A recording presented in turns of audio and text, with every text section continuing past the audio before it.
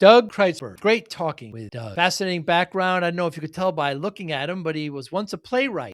We talked about fishing in the beginning, some of his great hobbies, to get outside, kind of morphed into playwriting, which also morphed into coding. He programmed in C language. Not sure if you know what that is. We actually go into the origin of that a little bit. I'm not sure what I said is true about the origin there, but moved him into an insurance broker to help him write some coding. Before you know it, he took over the company, and now he's got offerings. Now he helps small businesses and managed service providers, MSPs, help get cyber insurance to them and their clients. Really great insight on insurance itself. The reputation isn't the best right now, especially in healthcare insurance. And we talk about that. We address that a bit, but really great insight on why it's necessary for businesses, for managed service providers, and what AI is doing in that area as well. But really great discussion with Doug. I thank him, and I thank you for watching and listening. Hi, I'm Joey Pinz, and here's my 45-second introduction. After starting my business in the 90s, I started developing poor habits of eating in my diet because of working way too much. Before you know it, I found myself 340 pounds. The doctor told me if I don't lose the weight, I'm not going to see my daughter graduate. Took the next 7 months, lost 130 pounds. People think there's some secret. Ask me, how'd you lose that weight? Like there's some secret. There is no secret. How'd I lose the weight? Just one word: discipline. I've had other successes in life, and I attribute them all to discipline. Now, I'm not the king of discipline, but I believe that it can help all of us. Friends, colleagues convinced me to start a podcast. The podcast mission: how do we better ourselves and society? I talk to interesting people in health, fitness, sport, wellness, business, technology, science, art, and culture. And I eventually ask them how discipline plays a role in their life. Podcast vision: growth through learning from others.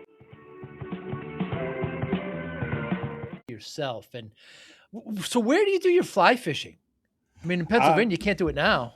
No, I do it in Montana. We have a place in Montana. Nice. I enjoy getting out there, getting on a stream, or going on we do some drift fishing as well on the Missouri. What is that? It's you're on a boat and you're casting upstream, and you're kind of mending the line as you try to get that's where you get the big fish. There's some big trout out there. A lot of fun. It's really just fishing. It clears your mind, doesn't it? Oh yeah, it's a very zen experience. Yeah. You're really focused on just kind of letting the fly settle in the water. You really, once other than getting the fly out there, it's you have no control. It's you're just waiting to see if the fish decides to do the next step there. But it's a lot of fun. We enjoy it. In this fast-paced MSP landscape, how do you stay ahead? Introducing MSPinfluencer.com, your ultimate hub for MSP news, insights, and community connection, powered by Forza Dash. More than 75,000 MSPs subscribe to our MSP Influencer Pulse weekly newsletter, staying informed and ahead of industry trends. Tune in to emerging podcasts from Joey Pinz and leading MSP voices, offering essential tips, powerful insights, and success stories. Explore our multi-authored blogs, crafted specifically for MSP leaders, delivering fresh perspectives and actionable strategies. Celebrate excellence with the industry-leading Forza MSP Influencer Awards, recognizing innovation, leadership, and impact in the MSP community. Join thousands of MSP professionals who trust MSPinfluencer.com to grow their business and expand their networks. MSPinfluencer.com, where today's MSP leaders connect, collaborate, and conquer, all powered by the Forza platform, helping MSP vendors work effectively with MSPs and helping MSPs grow. I have friends that do it. They always invite me, and I have yet to go. And some of them make their own flies, Doug. Yeah. I don't really have. I tried it. I just don't have the patience for that. It's a lot easier just to go in the store, pay, and now it's a couple bucks for a fly or something. But and then you go with guides every once in a while, and they've got their own special ones for whatever that time of year is too. So that's good. And do different flies catch different fish? They can, but usually it's less you're usually catching trout, for the most part, at least where we are fishing. And it has more to do with the time of day, the time of the year, what may be hatching there. In some cases, you're looking for insects, that may fall into the water depending upon the. Ah. So it really you're kind of judging what will attract the fish and what's going on naturally that can attract them. Hmm. And then you've And, got a few standbys that always seem to work. oh, is that right? Right, right. Why do they always work? They just have probably the kind of the tendencies that look like different most of the flies, or Interesting. they just you just have a couple of those that you just pull out when nothing else seems to work, and Hmm. and hope that they come through for you. No, I've been on some fishing trips where they actually use technology. They can kind of see where schools of fish are. Is there any Right. technology used at all with fly fishing? Not so much in the fly fishing. That's more for your onshore or Hmm. offshore type fishing, where you're looking for stripers. I mean, and I guess I shouldn't say that. I've done fly fishing for in saltwater, and they will use those controls just like they would do for light tackle or Hmm. any type of fishing. But usually, again, if you're fly fishing for saltwater, you generally are looking for them to be pretty close to the top of the water. So Hmm. you usually can kind of also see them. You've kind of fished the rips, as they call it, Ah. which is where two tides may be coming in at each other, and the fish kind of go for the bait Wow. there. And in Montana, do you have to catch and release?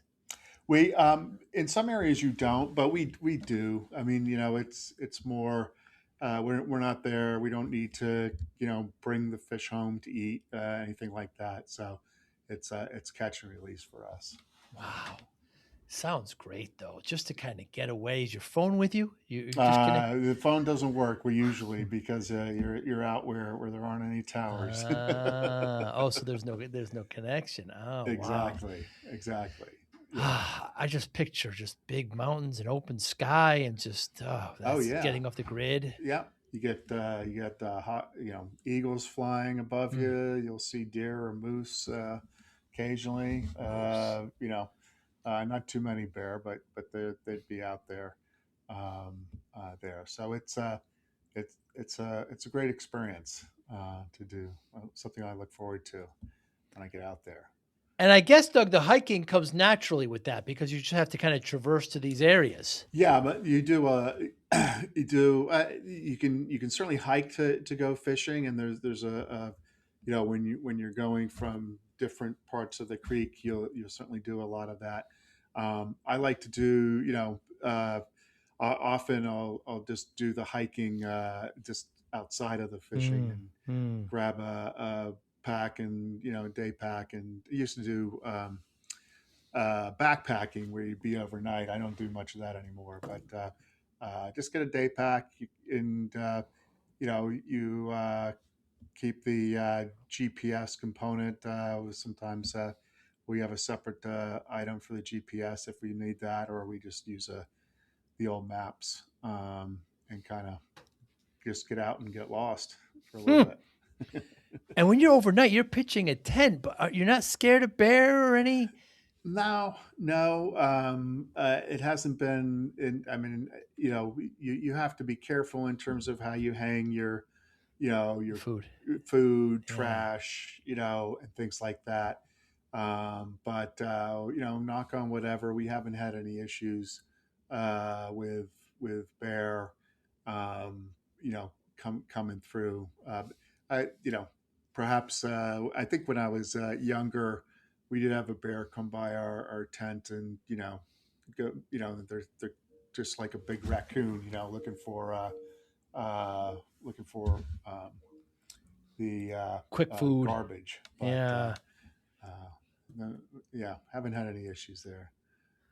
You love all this outdoor stuff, Doug, but then you love the theater as well.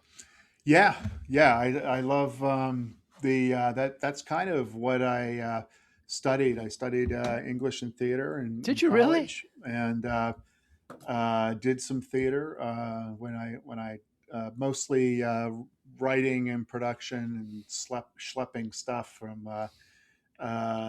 our gig to gig. But so I do enjoy it. I don't do as much of it obviously now, and except for going to see plays, so and reading plays. So Hmm. uh, there. And you've written plays or parts of plays? Yeah, I did some writing when I was in theater. We would write. I would write one person shows, so we would do these for school. So if we would do a show on Edgar Allan Poe, and then sell it to a school. So we had an actor who could do Edgar Allan Poe. I would do the writing. Um, Wow. I would book the gigs and get everything set up, and then we had an actor kind of do the character. So I did that for I think it was Edgar Allan Poe, Shakespeare did one, um, Lincoln did one. We already had a Mark Twain that was already there, so uh, we had that, and it was good. You could get a couple $1,000 to go in and do it, Really? and um, and then move on to the next town that did it. So Wow. um, that was my gig, and I also at the time I started doing computer work um, just to kind of pay the bills. I knew how to write code, and I started working for an insurance company, and ultimately kind of got more into that as and the theater kind of drifted off. So. Huh.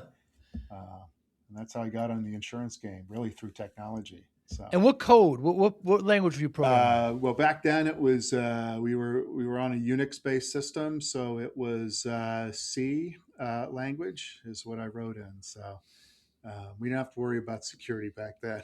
No. No. Everything was on a floppy disk, or they had hard drives. But I mean, isn't it amazing C is still used today? it is. It is. Although I think you know I think it's a lot easier because they have object language. It's just a Yes. different tool. Fortunately, it's easier. I'm not Right. I'm not saying it shouldn't be. And of course, now with AI, it's a whole different ballgame. Very different. And do you So know the origin why they call it C? I do not. I do not. That's a good question. I That's a good. believe, and I could be mistaken, it was AT&T Labs at the time, and they made the first iteration and they called it A, and the second iteration was called B, and then the third was called C, and they That would kept make it. sense to me. Yeah, I could be wrong on that, but It probably wasn't much more than yeah, that. not too romantic, I'm afraid. But there's so many. Our first language we taught ourselves was Basic, and then we moved to Right. C and to Right. things like that. And so you were writing. I mean, those are very different disciplines, Doug. You were writing plays and you were writing code. I mean, that's left and right brain. Yeah, yeah, and that it's although in some you kind of feel you need both regardless for the Mm. creative or for the analytical here. But I found that the you know in terms of writing code, there's certainly there's an analytical framework but to visualize what you need to write, what you need to create, basically requires the skills, Mm. from the other side of the brain. And I found that I was able to kind of really kind of first of all communicate to the business individuals and leaders and understand what their needs were, and then contextualize it into the framework of whatever I was coding. So Hmm. we developed our database marketing platform, and just wrote a heck of a lot of insurance. And I suddenly found myself getting more involved on the business side, and the coding aspect started drifting away. And then I took over the company at a certain point, Wow. and we sold it. And then I ran a bigger company, and that's kind of how I got really away from the technology until uh, really until we as a company were hacked and we had to deal with it. That's And I right. saw the issues that would come up, and I knew what didn't, obviously, I knew about cyber insurance and was, paid a lot more attention to that and started creating a program for cyber insurance, and decided that this was going to become so specialized. I wanted to kind of create a separate company just focused on it. So took Hmm. chips off the table and started SeedPod. Wow. Insurance doesn't have the best reputation, especially in healthcare, right? You're not paying bills and things like that. And how do you combat that? I know that's not where you are, but it's still, we saw the assassination of a CEO last year, Right. and it's just it's not in a very good. So what do you say to that? Well, it you, you can't excuse any Of act like course, that, of certainly. course. And I think I think the best way to you know address any issue, and this, insurance and claims payment is one, and that is really to be transparent, Hmm. really to show the insured, how how pricing is done and what goes into it and what's important and what you can do to modify or change or increase it, and at the same time to be transparent about, to be clear in your policy language so that you're not trying to over legal a document that's not read by lawyers, and unless something bad happens, try to frame it in the context that people can understand, and then be transparent into what is covered and what isn't covered there. And then Hmm. when things are covered, cover them, and deal with it and not try to play games. And sometimes that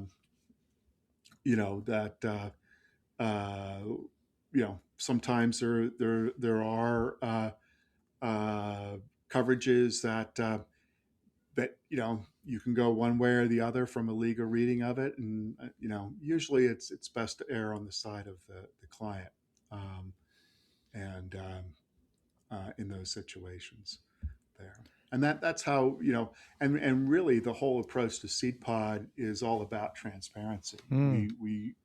We approach it from being where we differentiate is we get a very good look at the environment of these customers, and that transparency reduces our uncertainty so that we can be better at pricing, as well as to make sure that they won't, or to ensure basically that that client won't have an issue about their claims being paid due to any deficiencies, because we've looked at it, we've validated it, and there won't be issues there.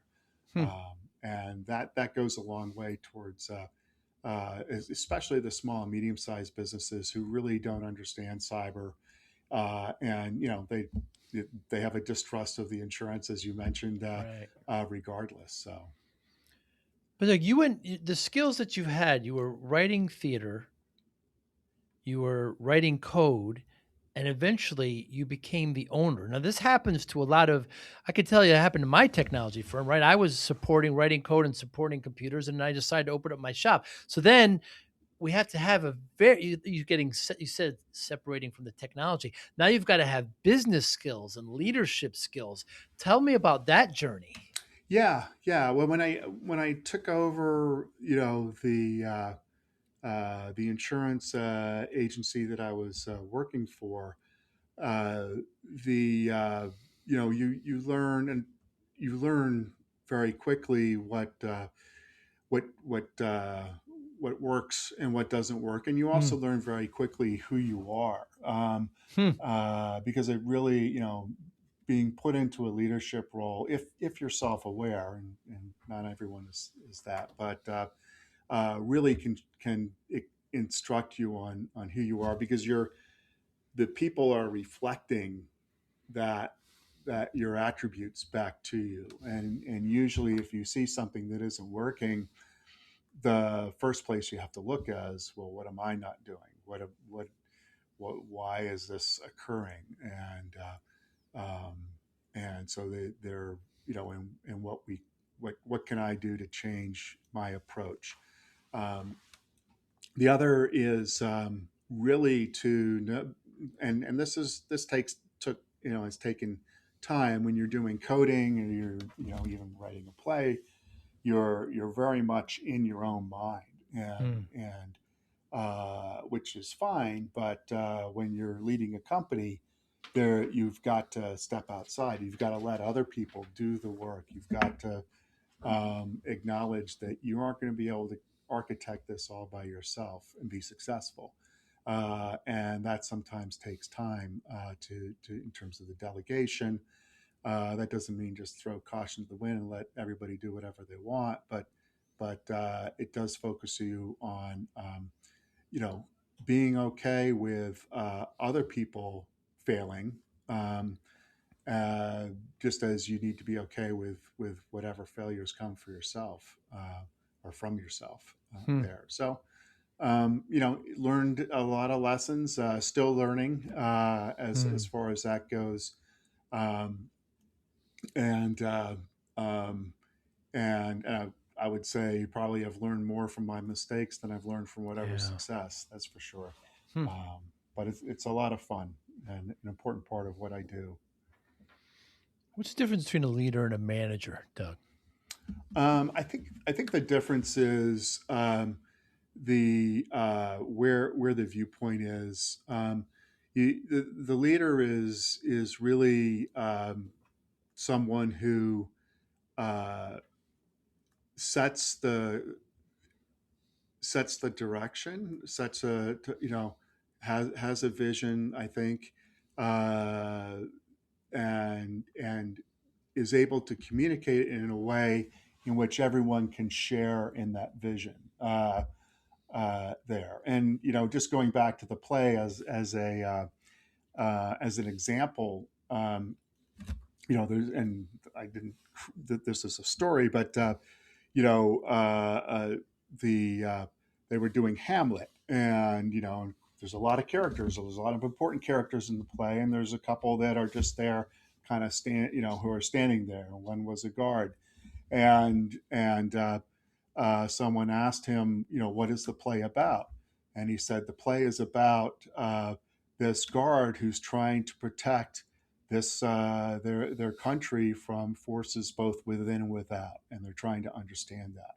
And that the director of the play was able to communicate the importance of Hamlet to that person in a way that they could understand and buy Hmm. into.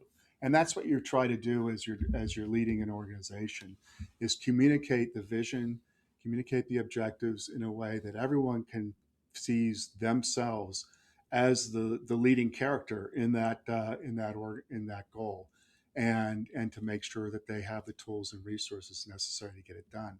I Hmm. think a manager is someone who is kind of making sure that things are accomplished. And unfortunately, in some cases, I would say they're doing more rear view mirror type driving, Hmm. as just looking at what was done, and what's the gap between that and what should have been done. The leader's more ahead, and let's look out the windshield, guys, and you know, and you all see the same things I'm seeing. Hmm. Had a couple of managers that thought they were leaders. That's a tough discussion, Doug. Have you ever had to have that with, because like ego kind of gets in the way, and both are very important. We need Right, both, right. but yeah, that can be a very tough discussion. Yeah, yeah, and the it, and the challenge is usually comes down to, or the issues usually come down to communication. Hmm. The where the manager, communication and delegation, where the manager is just unable to kind of communicate effectively why these things are important. And I would agree, managers' roles are very important in terms of getting things accomplished. And then also, sometimes they feel they're the best at the role. Sometimes they were promoted to a Hmm. manager because they were best at their role. Hmm. They just weren't good at managing. And I've had some tough conversations with people over the years. Would say, the mistake was mine. I put you in a took you out of a role you were doing great and put you in a role where we weren't able to help support you, and we have to think about something different. So it is challenging. Very challenging. And I started my tech firm, my MSP, back in the 90s, and I remember I'm gonna agree with say most of the failures of my employees were my fault, Doug. I remember Right. hiring a salesperson for the first time. I don't know when this was, mid to late 90s, and I handed him the yellow pages. I said, "Go get me work." Right. I mean, it was terrible. I didn't do any marketing or anything. I just, you're a good salesperson. Get it done. So we learned. So you say, so you went to become the leader, the boss of this, the owner of this, and then you say you sold it. What were some of the lessons in selling there that anybody can learn from? I think the biggest lessons is when you sell something, especially obviously, well, two big lessons. One is, um, if you're continuing on with the company, you have to recognize that you are no longer in charge, and that can be very difficult, Yeah. for some. And you just have to. And some would say you can't believe anything that the buyers are telling you before the sale. And there's some buyers like that, but part of it you're just not willing to listen. Mm. When you're the owner, you're used to making the decisions, and you're the last stop before things get done. In some regards, it's not yours anymore. Mm. You're helping along if you're still in that role, and you just have to understand and be prepared for that change. And the other is, and I've seen this, if for those, and this was something that I wish I would have done, but if you were leaving, or when you were leaving, don't have an immediate goal right after. Hmm. Just kind of be for a period of time. Don't make any life-changing decisions. Don't run off to Montana, or Interesting. don't start that next new company, or just kind of be, and then set a timeline if you want, in which you are going to make decisions. And I've known some people who have done that, and it's been fantastic. They were able to reset their relationships with their families, or reset their relationships with themselves, really give them a chance to figure out, what do I really want, right? What's going to drive me here? And often people want to rush off into the new thing, and they haven't really thought, haven't given themselves the break. When I left, before I started SeedPod, I didn't take a lot of time off. But I did take 10 days on a meditation retreat, Nice. which I'd never done before. And I figured I'll just jump in the deep end and figure it out. But it was a silent Wow. retreat, Wow. and it was just it was um, really an incredible experience in and of itself. But it also helped me kind of separate, from what was my past, and kind of put me in a place in which I can start approaching things Hmm. differently going forward, and being in a, if nothing else, in a better place to know that I can choose. I can take a breath Hmm. before making a decision and decide, is this the right thing? And I would say before doing that, I wasn't making giving myself the opportunity to make those choices perhaps Hmm. as much as I should have. Yeah, because the problem with success, you sell your company. The problem with success, it makes you feel that you can't fail. So it's like, okay, I'm just going to roll right up into the next one and do really well and see what happens. But your advice is sound. Just take some time to really think about what you're going to do. As small Right. business owners are working so many hours, just reset a little bit. Had you done a silent retreat before? No, that was the first time. I just thought, I I I knew what meditation was. I didn't really understand it or think too much about it. But I felt that, you know, I needed to do, I must have read an article or something. I don't know where it kind of hit me, or how it got to me. But I just felt, this is something that makes sense. I then, did like I normally do, is who's the best, at doing this. Found Mm, out who they were, and found out when they had their retreat, and it happened to be a 10-day retreat. So I said, I'm going there and doing it. wow. And it's helped me out in many ways. I would say, I'm not saying everybody has to do it. It just, Mm. it's helped me out for And sure. how long ago was this? This was, now it's about 7 years ago. Wow. And do you Um, still meditate now? I do.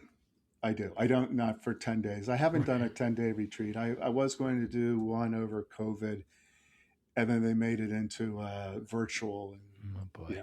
you can't do it. That's a tough thing to do. What if discipline wasn't about punishment, but about unlocking your best self? I spent 2.5 years writing Discipline for Greatness because discipline changed my life. And I know it can change yours too. This isn't theory. Inside, you'll find real, practical steps you can use immediately to focus better, build stronger habits, reduce stress, accomplish your goals, and bring more balance to your life. Whether you're trying to get healthier, improve your career, or simply feel more control, this book gives you the framework. Start today. Grab your copy of Discipline for Greatness at joeypinz.com/book. Thank you. Yeah. Tough thing for me to do, but The most difficult thing of a 10-day silent meditation retreat is? um, I would say, um, for me, it was the most difficult was really being just, while you're with other people, you're really with yourself. Mm, And I think there were some things that that was tough to be, where I didn't have the distractions. I didn't. For me, it was, I couldn't. I was used to multitasking, right. and I didn't. You hand in your phone. You have no way to, with Wow. connection with the outside world. You don't know what's going on. It happened to be when the Eagles were playing in their first Super Bowl. I'm a Whoa. Philadelphia Eagles fan, Yes. and I had no idea that they won because they played when I was on retreat. Um, uh, not that that was the worst, but it was like, wondering what the heck am I Nice doing? surprise to wake up to or come out Right, of. I Right? Yeah, know, yeah, I yeah, know. yeah.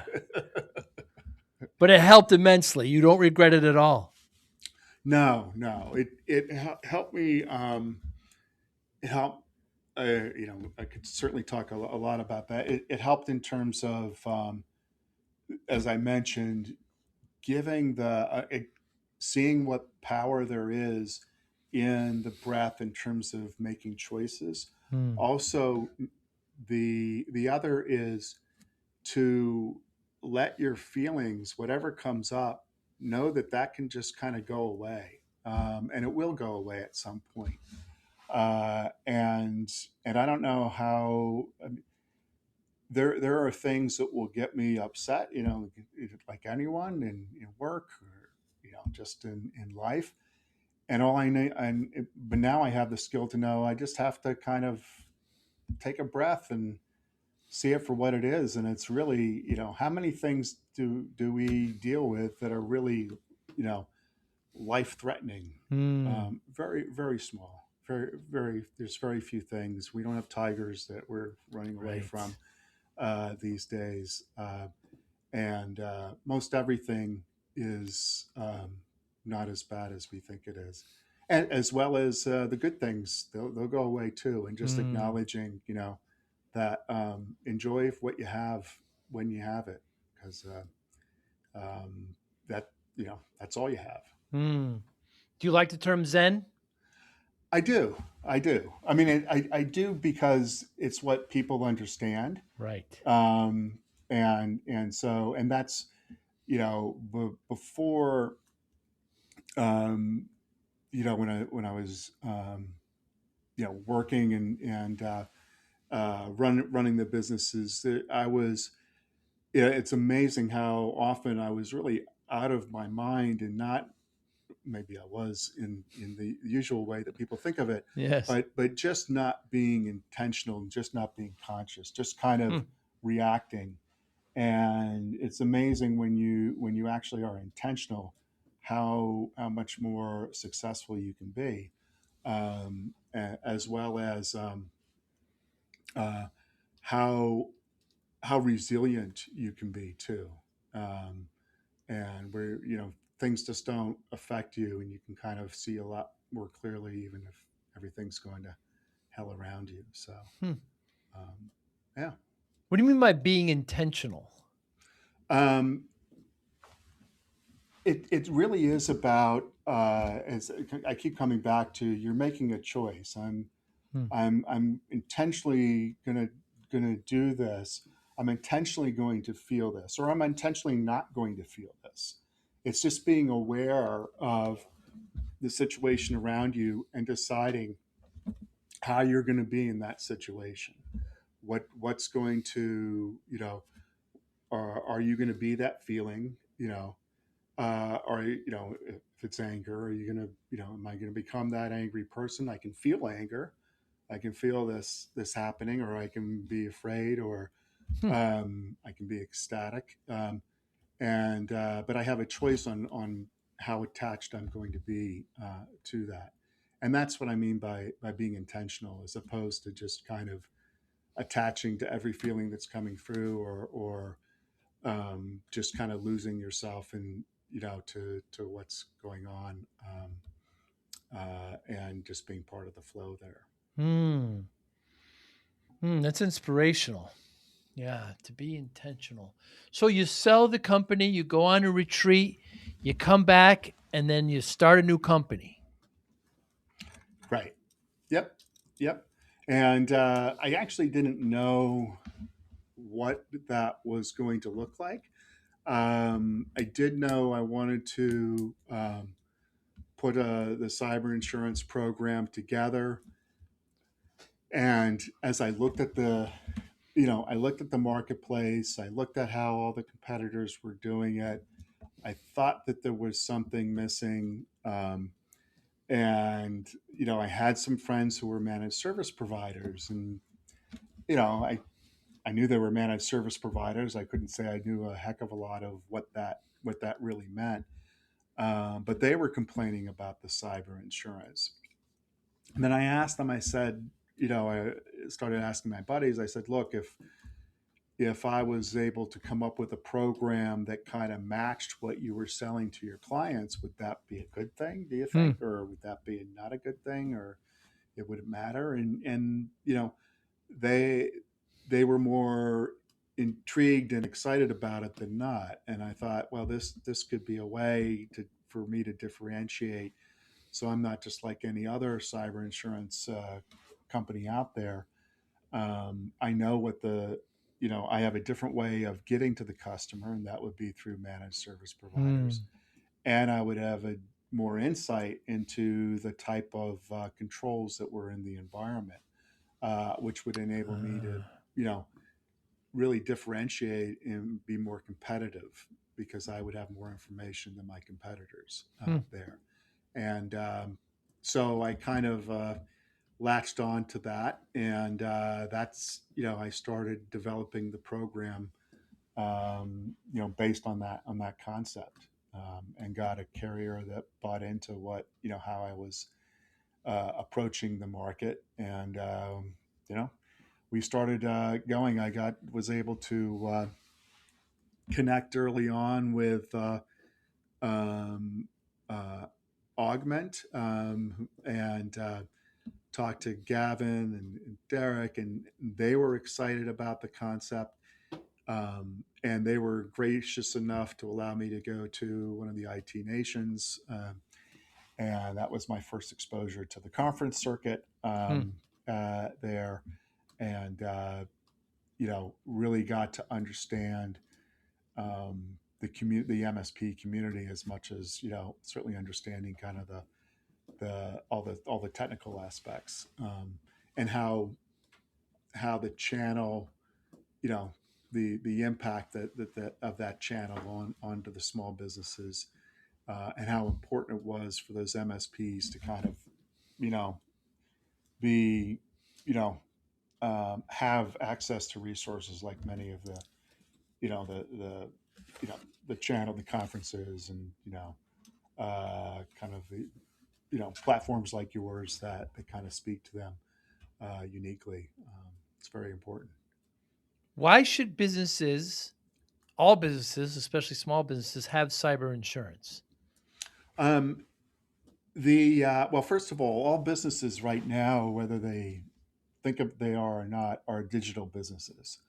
We all have access and are using technology, and you have and businesses for the most part are still they still have offices, they still have other tools and that they're using, and all those present risks, and they come up with ways to insure them. The digital aspects of their business are no different. There are opportunities. Obviously, that's why you're using the technology is to take advantage of the opportunities it provides. But they come along with risk, and like anything, you want to be effective in your ability to manage the risk.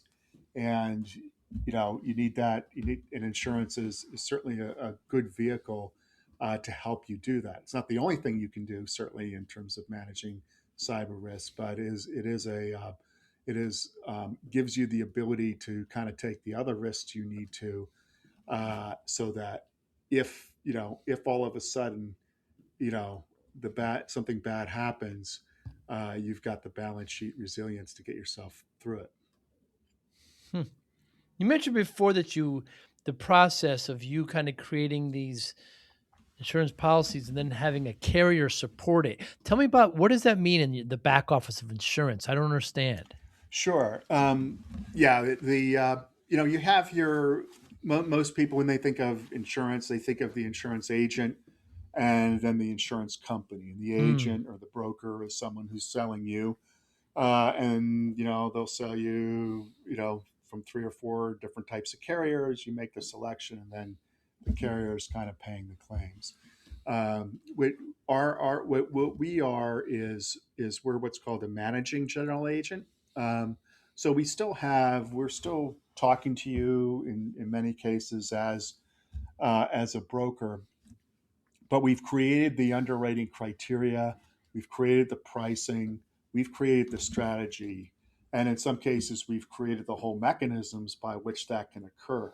Uh, and then what we do is we go to carriers and we talk to three or four carriers to see who's interested, who kind of likes our approach, Hmm. who views this as different enough, or special enough, or it gets them into a market that they aren't in today, that's willing to provide the capacity, the claims paying ability, the promise, to fulfill the promise, if you will, of what that coverage is.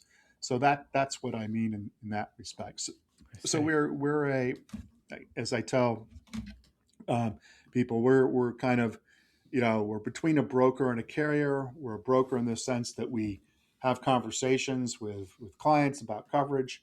We're a carrier in the sense that we do the underwriting. We're the ones actually signing off on who gets accepted, who doesn't. Hmm. We've created the forms, the policy language. We just don't. At the end of the day, when the claim, if a claim comes into play, we've got a carrier who's backing that up and has the surplus, to be able to handle that. And what are some of the myths about cyber insurance, Doug? um, I think the myth, one myth is that it won't cover anything. Hmm. And so, you walk into a room and you've got a lot of MSPs, and, somebody will always say, well, the insurance doesn't cover anything. And you'll talk to businesses who will say that as well. And I think there are certainly situations in which that has occurred, but I think more often than not, the coverage is there for the business, and so that's one thing. Um, the other myth is almost on the opposite side is all I have to do is buy insurance, so that means I don't have to do anything about security. I'm not going to Ah. pay for that endpoint protection. I'll just buy the insurance. If something screws up, I'm covered.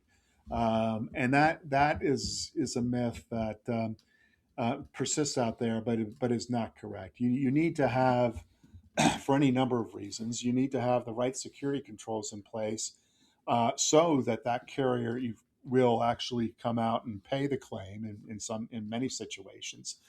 The other thing is there's going to be residual stuff that the insurance isn't going to help you, like for your reputation. And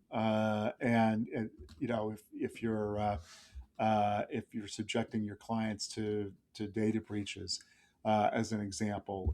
The other is, you're not going to have, while the insurance will cover certain things, they may not cover everything.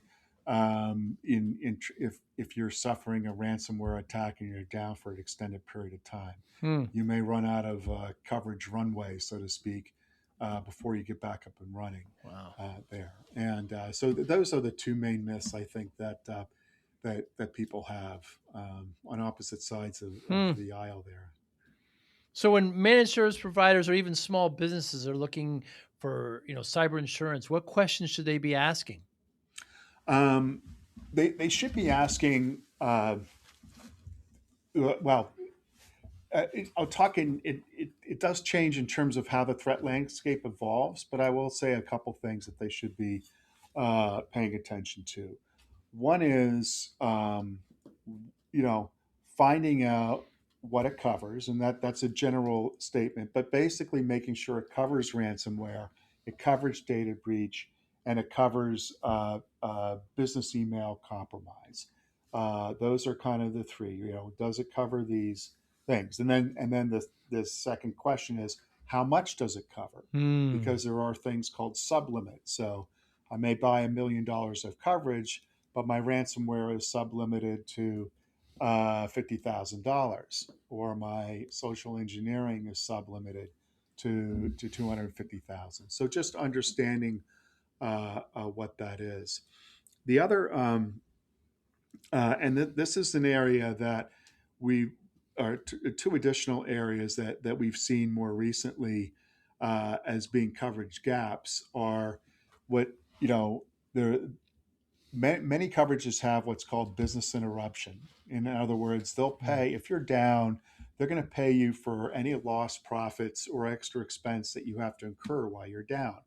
And that's good, because if you're shut down and you can't pay bills, you can't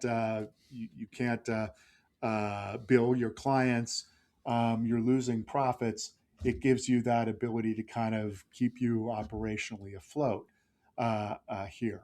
Um, but as we know, it's not just me getting affected. We're all kind of, since we're all digital, we're all interconnected. Supply chain is a big issue. So if system that I rely on is down, if I'm working on, I'll just pick Salesforce just because it came to mind. If I'm working in Salesforce and Salesforce is down for an extended period of time, that's going to hurt my business too. Hmm. Hmm. But that's not that's a separate type of coverage. It's called contingent business interruption or dependent business interruption. So you really want to make sure that you have adequate business interruption for supply chain. So that contingent business interruption. And then the other really is, and this is applying more uniquely now to healthcare. It will extend to others. Is really around uh, privacy regulations. The As an example, in healthcare, there's a lot of lot of websites that have marketing trackers on them to help identify who's coming to the website. Well, that's now defined as protected health information, and so health. Many carriers are now excluding that coverage from their forms. Hmm. And if you're in a healthcare organization, you need to make sure that you have that in place. And those are the last thing, because obviously AI is becoming more and Yeah. more of a topic and becoming endemic in terms of what organizations are doing there. Um, Most of the coverage, the cyber insurance will cover exposures from AI, because while AI may be driving a lot more activity, it still is uh, it it's still, they're just getting better at getting your credentials, getting you to click on the fish. Hmm. They're still kind of it's still your father's security event, so to Hmm. speak, going on there. That being said, as you start developing, everybody's doing their vibe coding now and creating their own applications. And if you're an MSP and you're starting to do that, you need to make sure that you're covered for that. If I Hmm. create my own app um, and start using it, something bad happens. Am I covered? Right now, a lot of MSP coverages don't really contemplate that there. I think you'll see some changes as that occurs, but there are some issues there. Um, but I think but if you kind of focus on, what what am I covered for, and does it adequately represent, the risk that I have, you should be in good shape. Hmm. Doug, what do you like and dislike about insurance? Um, I think what I like about insurance is really it enables businesses to take risk, Hmm. and that if they didn't have that backstop, if you will, they may not take. When you think of insurance kind of grew out of the Lloyd's marketplace, where a group of people who are own merchants were sitting in a coffee shop called Lloyd's, Hmm. and they had to figure out how they could put their ships out to sea and protect it from storms and if their cargo wouldn't come back, and they kind of pulled their resources to kind of manage it. Well, they wouldn't have taken those risks if they didn't Hmm. have a backstop there, and that enabled whole new countries to be founded, obviously. Hmm. And that concept, where you don't have to be own merchant fleets to know that whatever business you're doing, you've got to take risks. That's the only way you grow. That's the only way that you differentiate. It's the only way you really provide value. But being able to know that events that are larger than your ability to kind of manage it can be taken care of and transferred. That's where insurance comes in. Hmm. So that's what I really like about insurance. What I don't like about insurance is it's often obtuse, Hmm. opaque, and that creates the distrust that we talked about early on there, and the misunderstandings. I also think that um, the distribution needs to evolve more than it has. Hmm. We still have this kind of insurance agent distribution system that has persisted, and and there's a good places for them. But as the speed of risk and decisions change, the insurance almost has to become part of the overall solution. That's what we're Wow. really trying to do at SeedPod, is where we want to embed the insurance into the cybersecurity Hmm. solutions that MSPs are offering their clients. So what they buy at the end of the day is the security up front through the solutions, and as well as the balance sheet at the back end, and so they know that they're taken care of. And I think you'll see that more and more. You are beginning to see that more and more across all types of insurance, and I think that will just continue as we move forward. Doug, is there something that you believed in firmly 10 years ago that you no longer believe now? Um, I think I think what I believed in it's more, well, a couple things. I think there's um, I believe that people have the ability to, by being open and being vulnerable, if you will, you have a lot more ability to be resilient than trying to bottle everything up. Hmm. Whether it's yourself or whether it's your business, there, I find there's more opportunities for growth. I also think, and I think insurance is part of this. You can get a scarcity mindset. In other Hmm. words, you're more worried about losing things. Hmm. I've found, and I don't feel that way as much anymore. I feel more there's opportunities. Yes, there's going to be challenges. You have to address them, but sometimes they're best addressed by, going after the opportunities or realizing that things aren't going to just kind of you know be that go away totally. There's opportunities to expand beyond it Hmm. there. And then the other is, and this is probably more of a recent awareness with the technology, here, is that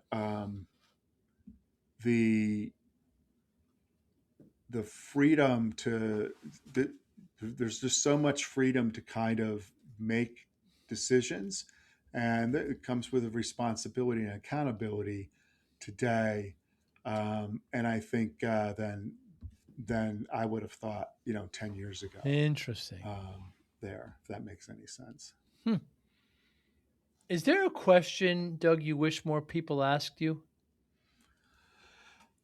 um, I think with regards to, when I'm talking to the MSPs with regards to the business side, it's really around, help me understand how this can really help my business.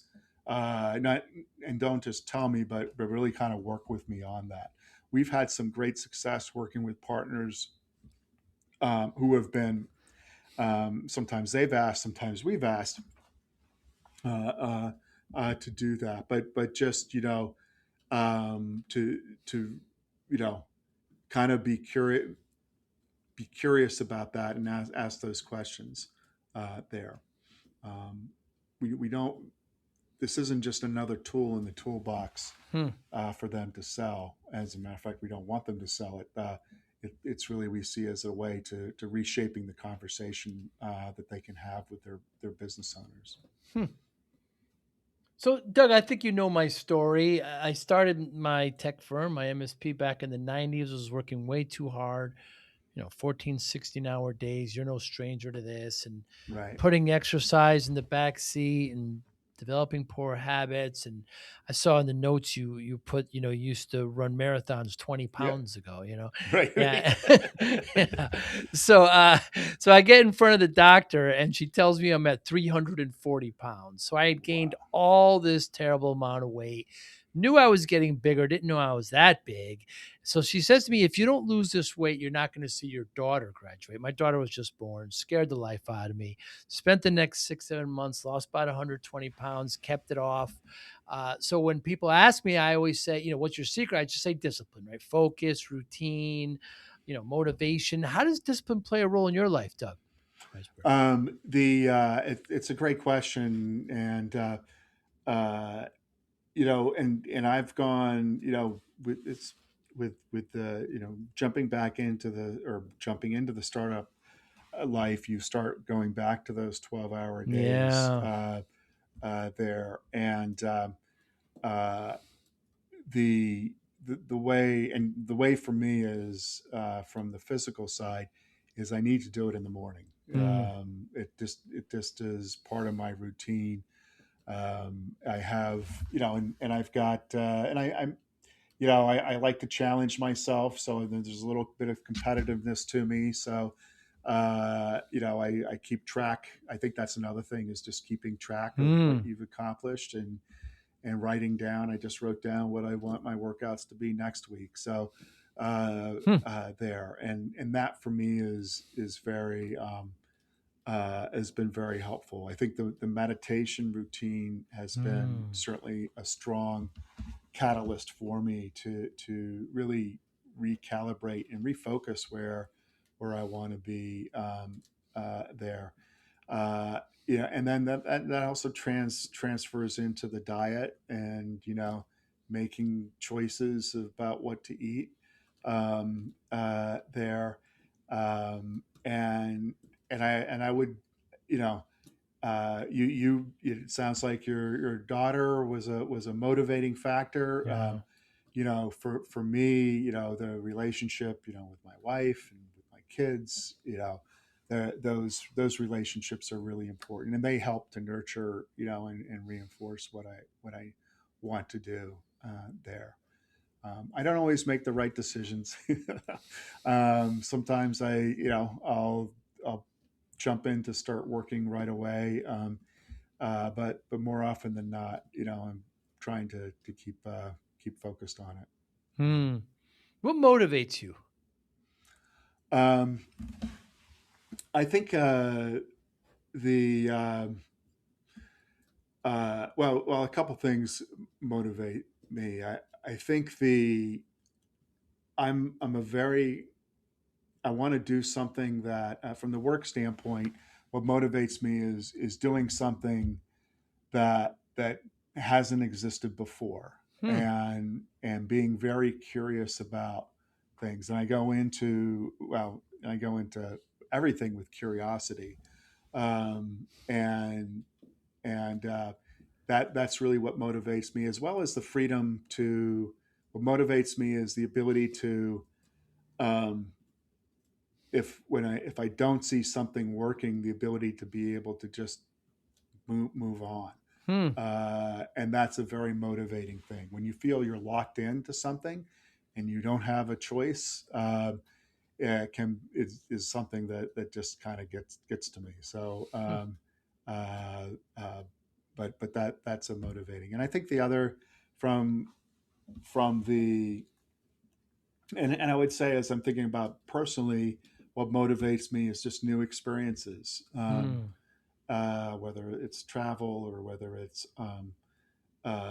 trying different things. It's I just like to explore and be amazed, and look at the world, with wonder, and that's what kind of I'm. Want to show your love for discipline, inspiration, and the Joey Pinz podcast? Now's your chance. Introducing the brand new Joey Pinz merch store, where style meets discipline.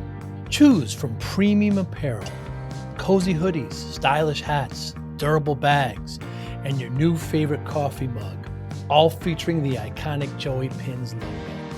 Perfect for podcast fans, discipline enthusiasts, or as unique gifts for friends and family.